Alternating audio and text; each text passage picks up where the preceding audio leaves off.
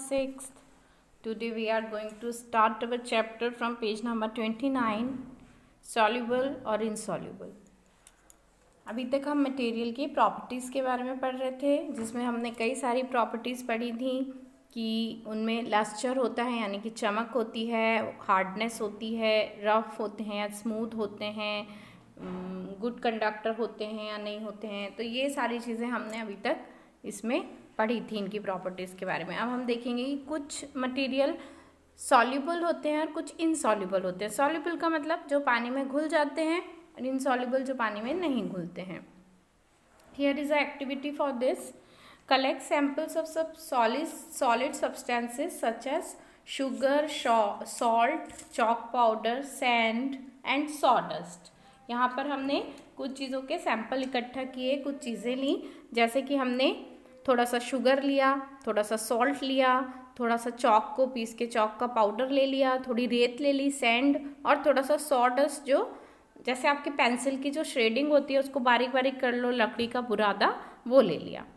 Take 5 glasses और beakers, और हम 5 ग्लास या कांच का कोई बर्तन लेंगे जिसमें कि हमको अच्छी तरह से दिखाई दे सके सॉल्युबिलिटी. तो हम कांच के गिलास भी ले सकते हैं.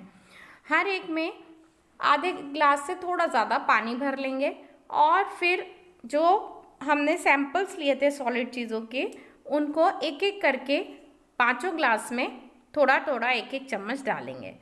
ठीक है, और उसको हम मिक्स करेंगे. मिक्स करने के बाद थोड़ी देर तक छोड़ देंगे उनको. ऐसे ही मिक्स करने के बाद थोड़ी देर तक छोड़ देंगे ताकि वो सेटल हो जाए. अब हम देखेंगे कि जो सब्सटेंसेस हमने पानी में घोले थे उनका क्या होता है. अब कुछ सब्सटेंसेस जैसे कि अगर हम इस तरह से आपको दिखेगा, कोई सब्सटेंस ऐसा दिखेगा जिसमें कुछ चीज़ें तैरती हुई दिखाई दे रही हैं, कुछ ऐसा दिखेगा जो पूरी तरह से क्लियर है.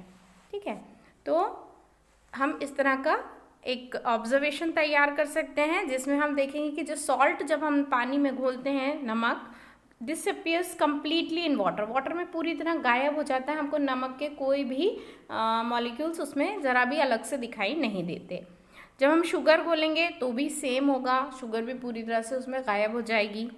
जब आप सैंड घोलेंगे, रेत घोलेंगे, तो आप देखेंगे थोड़ी देर बाद आपको पानी में रेत के पार्टिकल्स दिखाई दे रहे हैं अलग से. चॉक पाउडर में भी आप देखेंगे पानी में थोड़ा थोड़ा घुल गया, लेकिन काफ़ी सारे रेत के जो चॉक के टुकड़े या चॉक पाउडर का जो वाइटनेस है वो दिखाई दे रहा है. इसी तरह से लकड़ी का बुरादा या पेंसिल की जो शेडिंग है वो भी आप देखेंगे कि जब आपने उसमें घोली तो वो अलग से दिखाई देती है. तो अब इसमें हमने देखा कि कुछ चीज़ें पूरी तरह से पानी में गायब हो जाती हैं, अलग से दिखाई नहीं देती. तो जो चीज़ें कम्प्लीटली डिसअपियर्ड यानी कि गायब हो जाती हैं या डिसॉल्व हो जाती हैं, वाटर में घुल जाती हैं, उन्हें हम बोलते हैं soluble substances, soluble in water. और जो चीज़ें नहीं घुलती, जैसे चॉक नहीं घुला, सैंड नहीं घुला, सॉडस्ट नहीं घुला, है ना, भले ही हम उसको कितना भी स्टर कर लें, घोल लें, फिर भी वो नहीं घुलती हैं, तो ऐसे सब्सटेंसेस को हम बोलते हैं इनसॉल्युबल इन वाटर. सॉल्युबल और इनसॉल्युबल. सॉल्युबल जो पूरी तरह घुल जाते हैं, इनसॉल्युबल जो नहीं घुलते हैं. Water plays an important role in the functioning of our body. तो इससे एक चीज़ और पता चलती है कि जो पानी होता है, वाटर होता है, वो हमारी बॉडी की फंक्शनिंग में भी बहुत इंपॉर्टेंट रोल प्ले करता है. क्योंकि because it can dissolve a large number of substance. ये बहुत सारी चीज़ों को अपने अंदर डिजॉल्व कर सकता है, घोल सकता है, सॉल्व कर सकता है. ठीक है. Do liquids also dissolve in water. क्या सारे लिक्विड्स भी वाटर में डिजॉल्व हो जाते हैं सॉलिड के अलावा? तो हम कुछ लिक्विड सब्सटेंसेस भी लेंगे अब अपनी नेक्स्ट एक्टिविटी में. इसमें हमने लिया विनेगर. विनेगर जो सिरका होता है, जनरली चाइनीज फूड वगैरह में यूज़ होता है.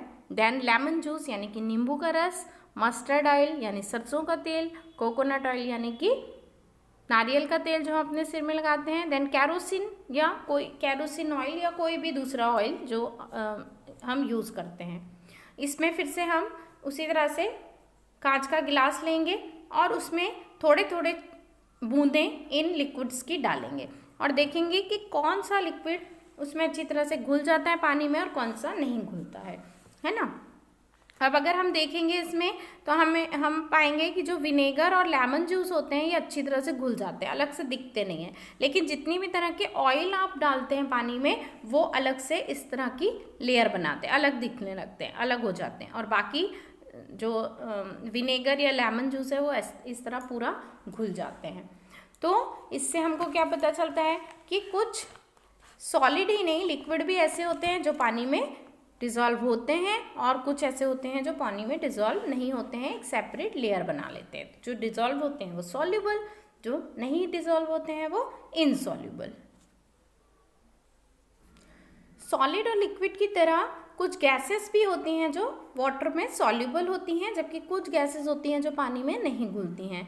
Water usually has small quantities of some gases dissolve in it.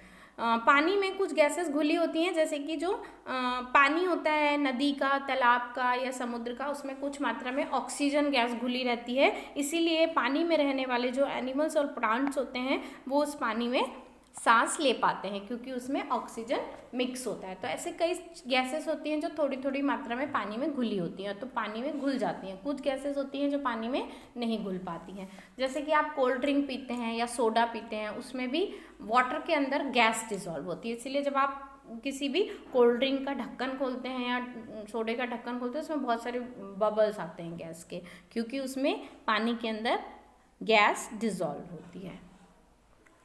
इसी तरह वाटर में सॉल्युबल है, इनसॉल्युबल है, ये एक कैरेक्टरिस्टिक हो गया। इसी तरह का कैरेक्टरिस्टिक होता है ऑब्जेक्ट्स में फ्लोट और सिंक इन वाटर। या तो चीज़ें पानी में तैरती हैं ऊपर या फिर डूब जाती हैं। कुछ चीज़ें आपने देखा होगा हम पानी में डालते हैं तो वो नीचे बैठ जाती हैं जाके, और कुछ चीज़ें ऊपर तैरती रहती हैं। तो ये भी प्रॉपर्टीज़ हैं, कुछ मैटर्स के कैरेक्टरिस्टिक्स हैं कि या तो वो पानी के ऊपर तैरेंगी या उसमें बैठ जाएंगी। जैसे कि हम अगर किसी पानी के बर्तन में एक पत्ती डाल दें या पेपर डाल दें तो आप देखो कि वो ऊपर तैरता रहेगा, क्योंकि वो उसका जो डेंसिटी होता है उसका जो वेट होता है मॉलिक्यूल्स का वो पानी से कम होता है, इसलिए वो उसके ऊपर तैरता रहता है। जबकि आप कोई पत्थर डाल दें, स्टोन या कोई भारी चीज़ का टुकड़ा डाल दें, लोहे का टुकड़ा डाल दें, चाबी, कील, तो वो जाके पानी में सिंक हो जाती है, नीचे डूब जाती है। तो यहाँ पर जैसे आपको दिखाई दे रहा है इस पिक्चर में कुछ चीज़ें पानी के ऊपर तैर रही हैं। लकड़ी का टुकड़ा है, लीफ है, हाँ, पेपर या बॉल है प्लास्टिक की, ये पानी के ऊपर तैर रहे हैं। और कॉइन्स, की, स्टोन, ये सब पानी में डूब गए हैं। तो कुछ चीज़ें सिंक हो जाती हैं, सिंक मतलब डूबना, और कुछ चीज़ें फ्लोट होती रहती हैं। तो आपको ऐसे एग्जाम्पल्स सोचने हैं और 3 एग्जाम्पल्स लिखना है जो फ्लोट होते हैं और 3 एग्जाम्पल्स जो सिंक हो जाते हैं। आज हम यही 2 कैरेक्टरिस्टिक्स पढ़ेंगे। इसके आगे ट्रांसपेरेंसी और अदर जो कैरेक्टरिस्टिक्स है वो हम नेक्स्ट वीडियो में पढ़ेंगे।